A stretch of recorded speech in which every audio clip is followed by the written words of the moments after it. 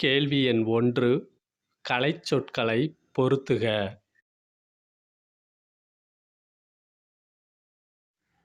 Option D. கேள்வி எண் 2 இலக்கணக் குறிப்பு தருக. அயற்புகை. Option C. ஆறாம் வேற்றுமைத் தொகை. கேள்வி எண் 3 உண்மை அறியும் சங்கம் என்று பொருள்படும் அமைப்பு எது? Option B. சத்யசோதக் சமாஜம். கேள்வி எண் 4 கம்பர் யார்? நூலின் ஆசிரியர். Option C. வ. சுபமாணிக்கம். கேள்வி எண் 5 அம்பேத்கர் பற்றிய பின்வரும் கூற்றுகளை ஆராய்க. Option D. 2 கூற்றுகளும் சரி.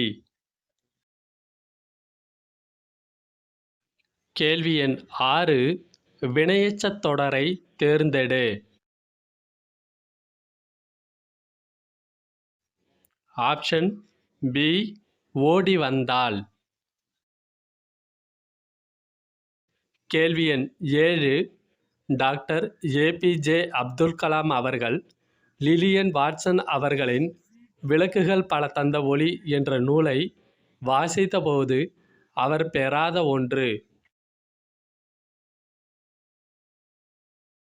Option D. வலிமை.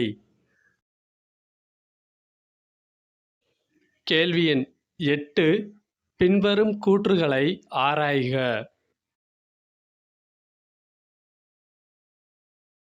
Option A. 2 கூற்றுகளும் சரி. கேள்வி எண் 9 யசோதர காவியம் பற்றிய பின்வரும் கூற்றுகளில் சரியானது.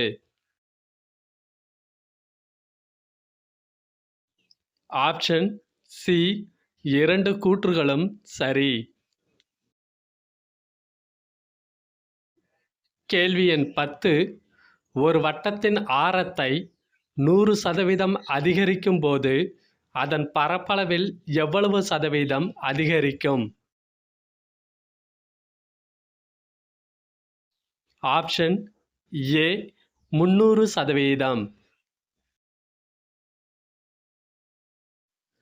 கேள்வி எண் 11 திருச்சியின் தற்போதைய மக்கள் தொகை 64,000 இருந்து ஒவ்வொரு ஆண்டும் அதன் மக்கள் தொகையில் 700 குறைகிறது.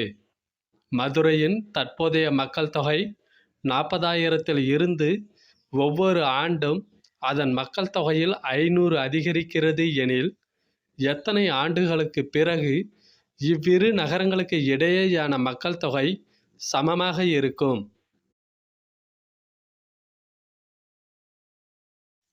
Option C. 20 ஆண்டுகள். கேள்வி எண் 12 56 மாணவர்களுடன் புறப்பட்ட பள்ளி பேருந்தில் இருந்து முதல் நிறுத்தத்தில் சில மாணவர்களும் இரண்டாவது நிறுத்தத்தில் முதல் நிறுத்தத்தை விட 2 மடங்கு மாணவர்களும் இறங்கினர். மூன்றாவது நிறுத்தத்தில் 8 மாணவர்கள் இறங்கிய பிறகு அப்பேருந்தில் 3 மாணவர்களே மீதம் இருந்தனர் எனில் முதல் 2 நிறுத்தங்களில் இறங்கிய மாணவர்களின் எண்ணிக்கையை காண்க.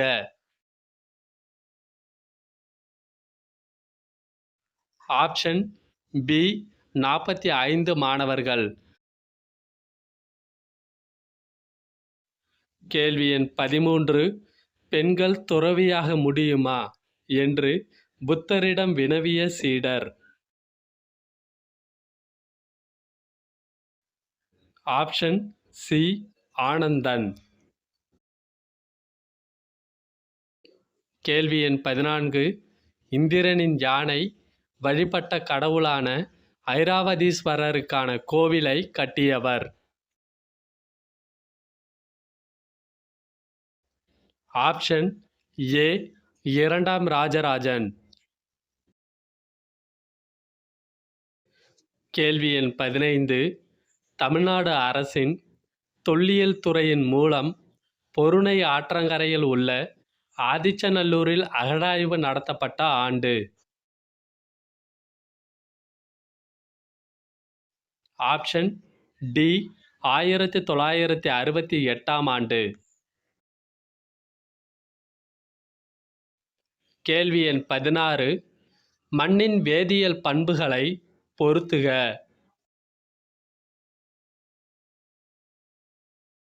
Option A. கேள்வி எண் 17. சர்வதேச புலம்பெயர்ந்தோர் அறிக்கை 2017 படி சர்வதேச புலம்பெயர்ந்தோர் எண்ணிக்கை?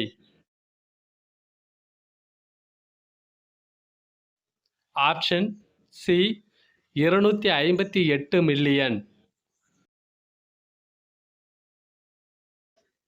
கேள்வி எண் 18. 2/3 பங்கு பெரும்பான்மை மற்றும் மொத்த உறுப்பினர்களில் அறுதி பெரும்பான்மையுடன் மாநிலங்களவையால் புதிய அனைத்திந்திய பணிகளை உருவாக்க முடியும் என்று கூறும் சட்ட உறுப்பு? ஆப்ஷன் சி சட்ட உறுப்பு 312. கேள்வி எண் 19. தமிழ்நாட்டில் நகர உள்ளாட்சி அமைப்புகளுக்கான முதல் தேர்தல் எந்த ஆண்டு நடைபெற்றது? ஆப்ஷன் டி 1996ஆம் ஆண்டு. கேள்வி எண் 20. மாநில ஆளுநரின் அதிகாரங்கள் பற்றிய சரியான கூற்று? ஆப்ஷன் ஏ 2 கூற்றுகளும் சரி. கேள்வி எண் 21. பணம் அதன் பணிகளால் வரையறுக்கப்படுகிறது. எவையெல்லாம் பணமாக கருதப்படுகிறதோ அவையெல்லாம் பணமாக பயன்படுத்தப்படுகிறது. இந்த கூற்றை கூறியவர்? Option B sir John Hicks. கேள்வி எண் 22. வணிக வங்கியின் முதன்மையான பணிகள் என்பது? ஆப்ஷன் சி அதாவது வைப்புகளை பெறுதல் மற்றும் கடன் வழங்குதல் என்பது சரி. கேள்வி எண் 23. மெட்ராஸ் ஏற்றுமதி செயலாக்க மண்டலம் அதாவது மெப்ஸ் எந்த ஆண்டு தொடங்கப்பட்டது? ஆப்ஷன் டி 1984ஆம் ஆண்டு. கேள்வி எண் 24. செலவுகள் பற்றிய கருத்துக்களை பொறுத்துக.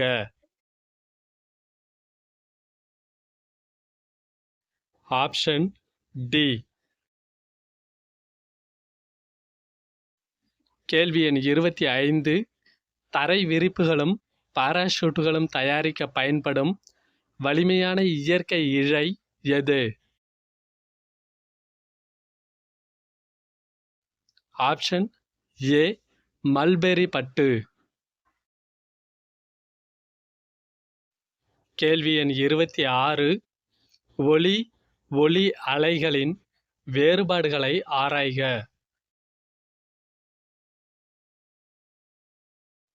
ஆப்ஷன் டி அனைத்தும் சரி. கேள்வி எண் 27.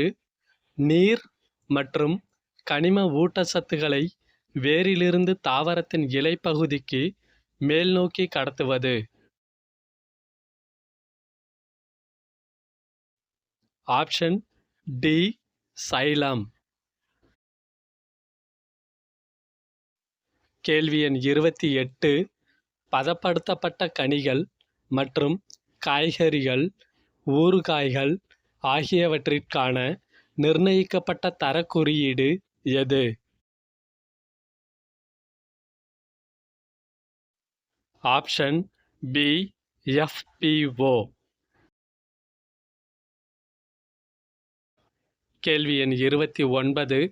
தமிழ்நாடு பொறியியல் மற்றும் புத்தாக்க மையம் என்ற பொது பொறியியல் நிறுவனத்தை அமைக்கும் கூட்டு முயற்சியில் தமிழ்நாடு அரசின் டிட்கோவுடன் இணைந்துள்ள தனியார் நிறுவனம். Option C Tata technologies.